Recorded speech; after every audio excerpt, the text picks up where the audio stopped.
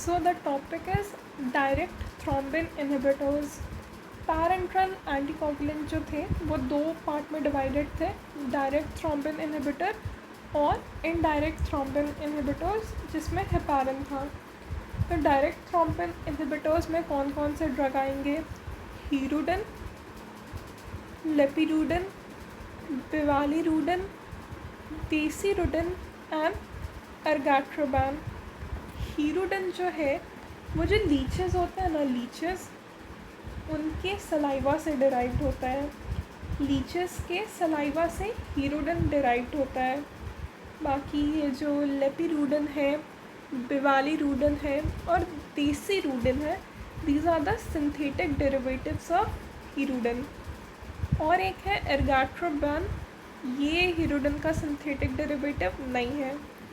तो there are 5 drugs that we have seen in direct thrombin inhibitors: hirudin, lepirudin, bivalirudin, desirudin and argatroban. Hirudin saliva of leeches से, lepirudin, bivalirudin और desirudin are the synthetic derivatives of hirudin. और ये जो एर्गैट्रोबैन होता है ये कोई भी हीरोडिन डेरिवेटिव नहीं है, ठीक है। लिवर सेफ कौन सा होता है?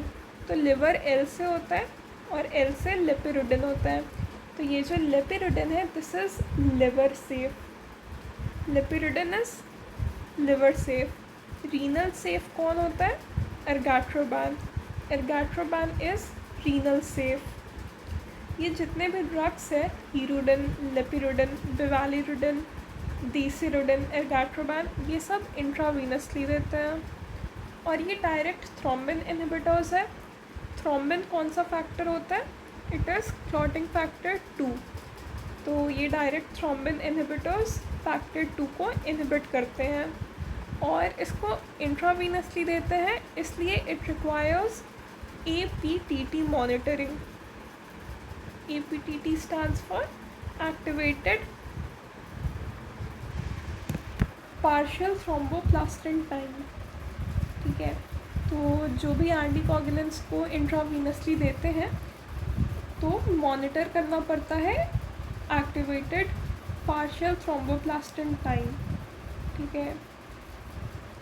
क्यों? क्योंकि ये एक लैबोरेटरी टेस्ट है। APTT एक लैबोरेटरी टेस्ट है which is used to measure the functionality of the intrinsic and common pathway of the blood coagulation cascade। तो APTT का यूज़ कहाँ पे होता है? To monitor the effectiveness of anticoagulants, ठीक है। यूज़ क्या है इसका? यूज़ वहाँ पे आता है जहाँ पे हेपारिन का यूज़ नहीं है। हेपारिन एक इनडायरेक्ट थ्रोम्बिन इनहिबिटर है और हेपारिन का एक हाइपर सेंसिटिविटी होता है, that is heparin induced thrombocytopenia. Heparin एक इनडायरेक्ट थ्रोम्बिन इनहिबिटर है जिसके कारण एक हाइपर सेंसिटिविटी रिएक्शन होता है, that is heparin induced thrombocytopenia. यहाँ पे जो पैरेंट्रल एंटीकोगुलेंट्स हैं वो यूज़ में आते हैं। जो parenteral direct thrombin inhibitor anticoagulants हैं वो यूज़ में आते हैं और उनमें से भी ओवरऑल ड्रग ऑफ चॉइस कौन हुआ? एर्गैट्रोबैन। तो जितने भी डायरेक्ट थ्रोम्बिन इनहिबिटर्स हैं उनमें से बेस्ट चॉइसेस एर्गैट्रोबैन।